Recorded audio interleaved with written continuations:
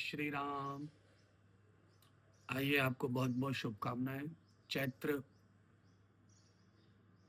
रामनवमी हमारे जीवन की परंपराओं से जुड़ी हुई है और हम ये मानते हैं कि भगवान श्री राम के जन्मोत्सव के रूप में हमने ये प्रतिपदा नवमी तिथि को चुना है और उसी में भगवान का अवतरण भी हुआ।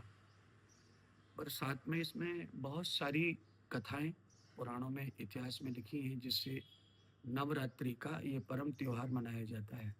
तो सबसे पहले मैं ये बताऊंगा कि ये त्योहार प्रारंभ कब से हो रहा है। तो इस त्योहार का प्रारंभ हो रहा है 19 मार्च से। अब इसका शुभ मुहूर्त कौन सा है? शुभ मुहूर्त है इसका सुबह 6:15 से 7:20 तक इसका शुभ मुहूर्त है। इसमें आप अपने घर में स्थापना करें और स्थापना के लिए आपको निश्चय ये करना है कि सबसे पहले आपको चाहिए कि एक बढ़िया सी चौकी चौरंग, जो कि काष्ठ की हो, चांदी की हो।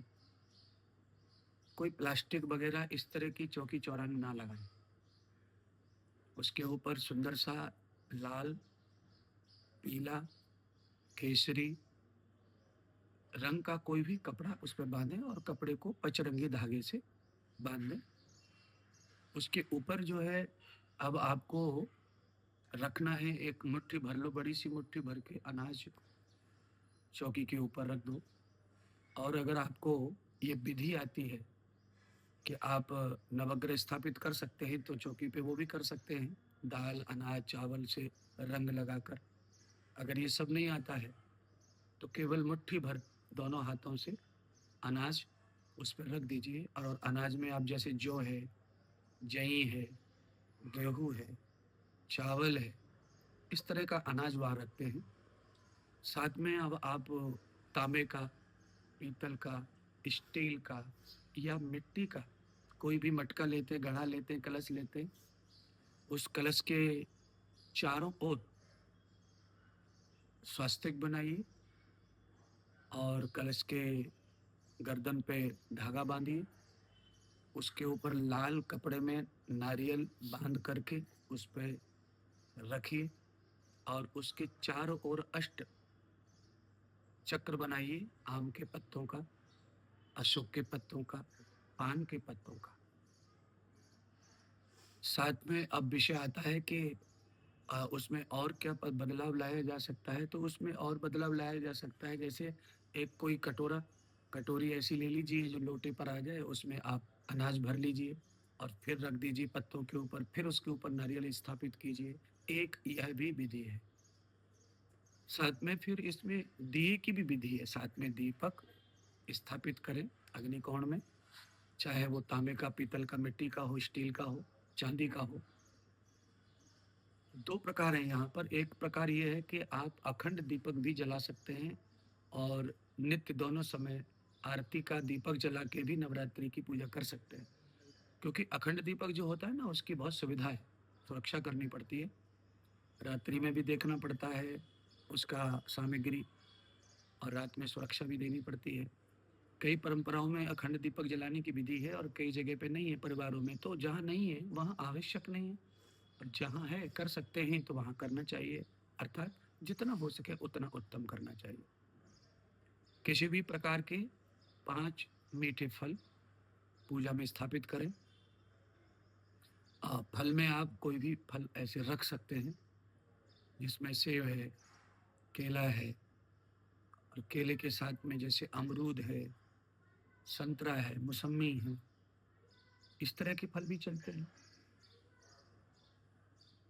साथ में आपको नित्य कोई भी घट स्थापना के साथ में जब आप नित्य अलग-अलग रोज पूजा करते हैं, तो उसी में, उसी तरह की पूजा में आपका भाव वही है, आरतियाँ भी वही हैं, पूजा की पद्धति भी सबकी वही है। हाँ, नैवेद्य पर आपको ताज़ा लगाना चाहिए।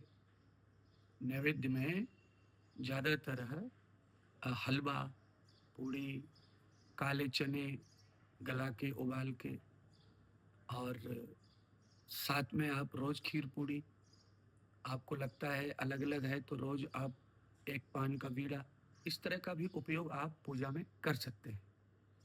अब रही बात लास्ट में, 9 देवी पूरी होती हैं तो अष्टमी में यज्ञ आदि सत्कर्म आपसे होता है तो करें, नहीं होता है तो अग्नि दीपक जो है वो यज्ञ का ही प्रतीक है, और आचार्य ब्राह्मण उपलब्ध हो तो यज्ञ जरूर कर ले।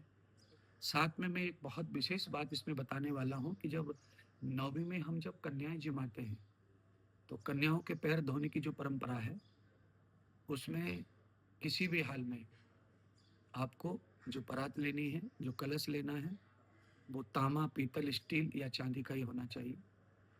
कोई भी प्लास्टिक के बर्तन का उपयोग नहीं करना है, क्योंकि प्लास्टिक जो होती है वो बहुत ही गंदी चीज़ों से बनती है और पता ही नहीं रहता पात्र कितनी गंदगी से बन के आया है। तो इसीलिए कोशिश यही करनी है कि तांबा, पीतल, स्टील और चांदी, सोना ये सब उपलब्ध हो तो ये अवश्य इस तरह का उपयोग करें। कन्याओं के आगे के पैरों पर, अंगूठों पर थोड़ा-सा रोली का कलर लगाते हैं, तो वो ज़रूर करें, ऐसा कलर पूजन करें तो। कन्याओं के माथे पर टीका लगाएँ, गोल टीका, चावल ज़रूर लगाएँ। साथ में ये सब विधान करके कन्याओं को वस्त्र, आभूषण, भोजन और दक्षिणा आपके गति अनुसार, आपके वित्त अनुसार उनको करते हुए जब हम नवरात्रि का ये संपन्न व्रत कर लेते हैं और इसमें प्रयास किया जाए कि जो भी नित्य पूजा में जुड़े हैं वो धरती पर ही सोए, माता, देवी, देवता उनके चरणों में ही सोने की अच्छी परंपरा पहले से है। और सोचे कि क्रोध ना करें, ब्रह्मचर्य का 9 दिन अच्छा पालन हो और सरल और सात्विक भोजन हो सके तो एक समय ही संध्या काल भोजन हो, दिन में फलाहार हो। ये सब विधि आपको चैत्र नवरात्रि का पूर्ण फल प्राप्त कराएंगे।